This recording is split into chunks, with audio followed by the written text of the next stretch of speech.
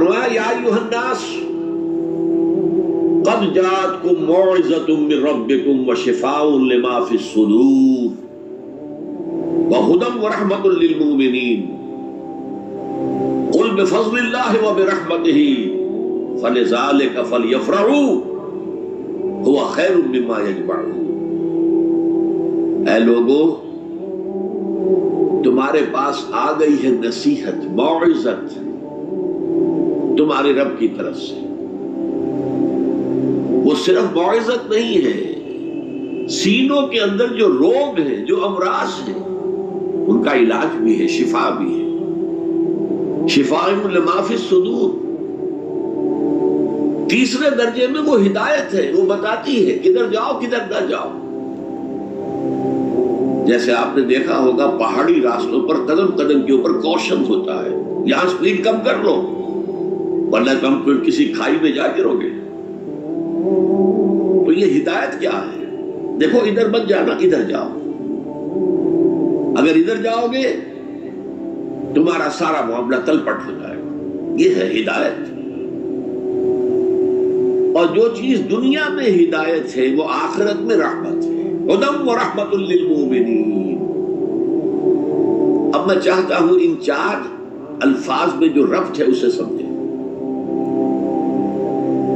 دیکھیے، اگر کسی ایسی زمین پر بارش برسے جو اوپر سے بہت سخت ہے تو پانی بہہ جائے گا، زمین میں جذب نہیں ہوگا تو کوئی روئیدگی پیدا نہیں ہوگی۔ اگر دل سخت ہے تو قرآن مجید ان پر کوئی اثر نہیں کرے گا۔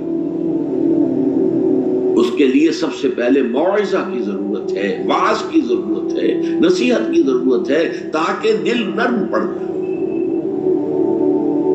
انسانی دل جب سخت ہوتے ہیں تو ان کی سختی چٹانوں سے زیادہ ہوتی ہے۔ سورہ بقرہ میں فرمایا ثم قست قلوبکم فہی کالحجارۃ او اشد قسوۃ۔ یہودیوں سے خطاب ہے، ثم قست قلوبکم من بعد ذلک فہی کالحجارۃ او اشد قسوۃ۔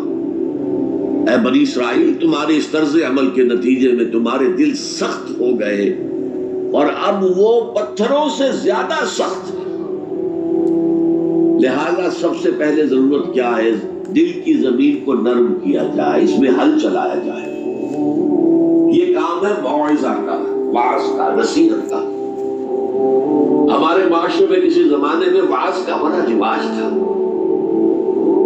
آج کل یہ چیز ختم ہو گئی، بلکہ وعظ کو گھٹیا بات سمجھا جاتا ہے۔ بھائی کوئی عقلی بات کرو، کوئی علمی بات کرو، تم تو وعظ کہہ رہے ہو، گویا کہ وعظ گھٹیا چیز ہے۔ نہیں، وعظ سے دل میں رقت پیدا ہوتی ہے، نرمی پیدا ہوتی ہے۔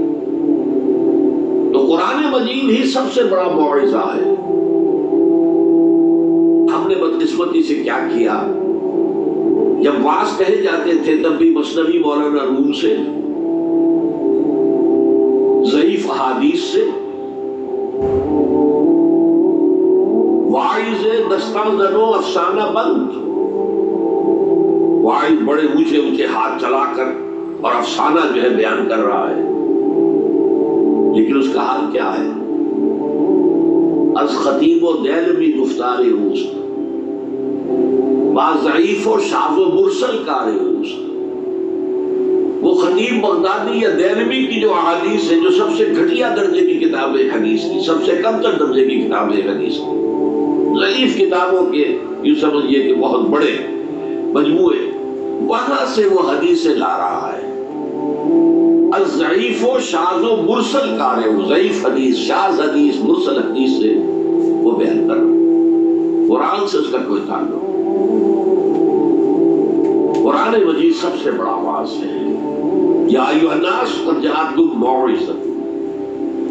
یہ دل کو جب نرم کرتا ہے تو پھر اس میں جذب ہوتا ہے، یہ سیکنڈ سٹیپ ہے اس کا۔ اور جب دل میں جذب ہوگا تو دل کے اندر کی بیماریوں کو دور کر دے گا۔ دل کے اندر کی بیماریاں کون سی ہیں؟ تھرومبوسس نہیں، سنجائنا نہیں، وہ اور ہے۔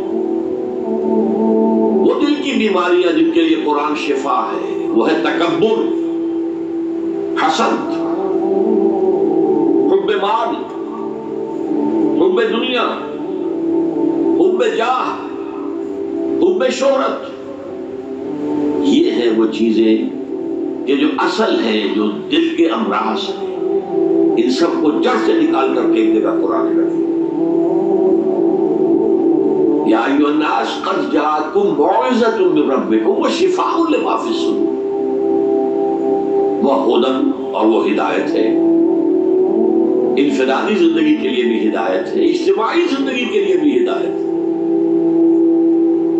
کبھی اگر سورہ فاتحہ پر آپ غور کریں جو ہماری نماز کا جزو لازم ہے، تو ہم پہلے کہتے ہیں الحمدللہ رب العالمین الرحمن الرحیم مالک یوم الدین ایاک نعبد و ایاک نستعین، یہ ہدایت تو ہمیں پہلے ہی ملی ہوئی ہے۔ پھر جو ہم کہتے ہیں اہدنا الصراط المستقیم، اللہ کو ہم نے پہچان لیا، اسے رب العالمین مان لیا، اسے رحمان مان لیا، اسے رحیم مان لیا، اسے روز جزا کا حاکم مطلق مان لیا،